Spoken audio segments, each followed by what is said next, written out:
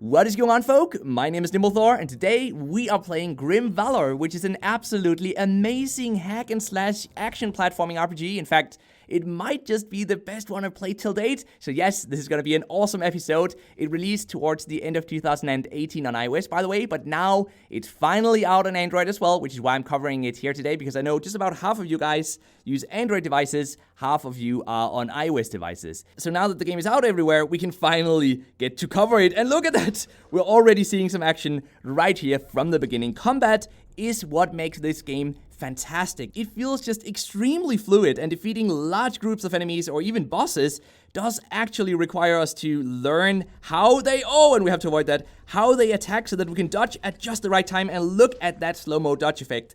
Doesn't that look awesome? And of course we can destroy pretty much everything. Oh, we got attacked in these levels. Let's try avoiding getting attacked again, and there we go. We collected some soul shards, and we can move on now with not a whole lot of HP left. Sadly, that was so close. I was just about to think we would die there, but luckily, if we use the dodge effectively, we should be able to, as the name kind of implies, dodge everything. Look at us go. We collected some more soul shards. And now, we're pretty much screwed, but of course that's not going to stop us from attempting to finish this section of the world regardless. I guess there's... No, he hit us.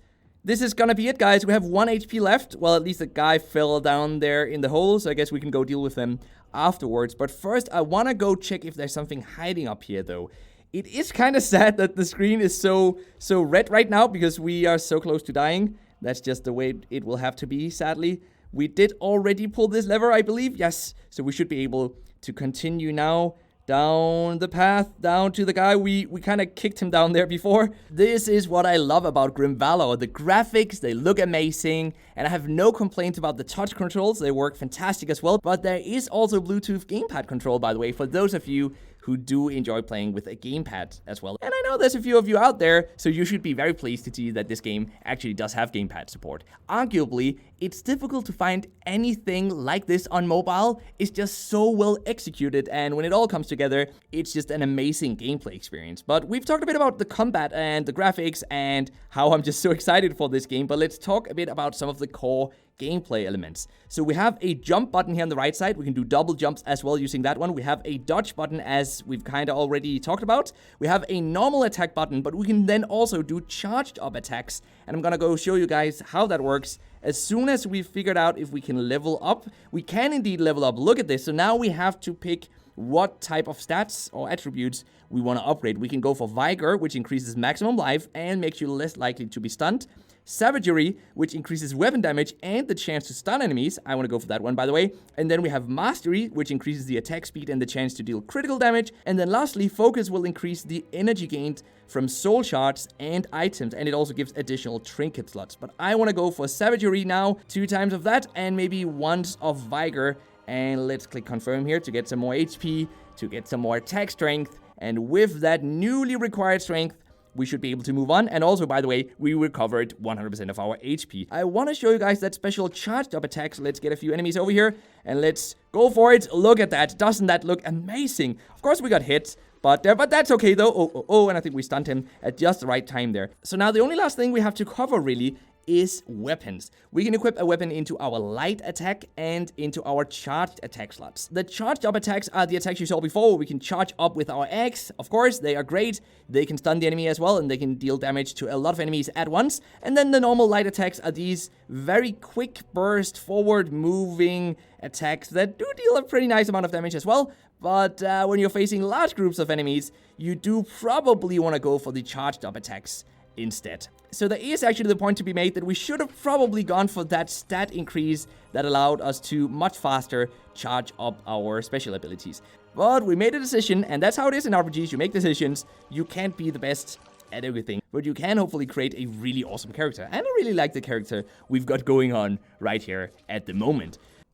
Sorry to disturb you guys, NimbleThor from the future here, but just look at this. Look at this amazing speed you can get on your character as you run forwards, and look at this boss, the Corrupted Sentinel. I wanted to get this boss battle into this video, even though I had actually already stopped recording, and then I realized that there was a boss monster coming up. So look at this. He is dealing a lot of damage, and we gotta learn how he attacks so we can avoid his attack. We can dodge at just the right time, just as we did right there. We have to dodge properly. There we go. We did it correctly this time. So now we can bash forward, deal some nice damage to this boss, and dodge again. There we go. Deal some more damage. And very, very soon, probably dodge again, I would imagine. Yes, there we go. Dodging again, dealing some more damage. He's got his shield up. It doesn't look like we can attack him when he has his shield up, but we can deal some damage in between. So let's just keep him occupied. But look at that, opponent coming on the right side as well. So now things are getting really tricky. Let's avoid his dash attack once again. There we go. We're doing okay, but we are losing a lot of HP though. No! Okay. We're still going, boys. No worries. We've got this. No, we don't. We died at the boss, but look at that. That is the reason you guys should play this game. It feels amazing. The boss battle right there was nothing less but spectacular, and eventually I will be able to defeat it, but it will be up to you guys to experience that for yourselves as well.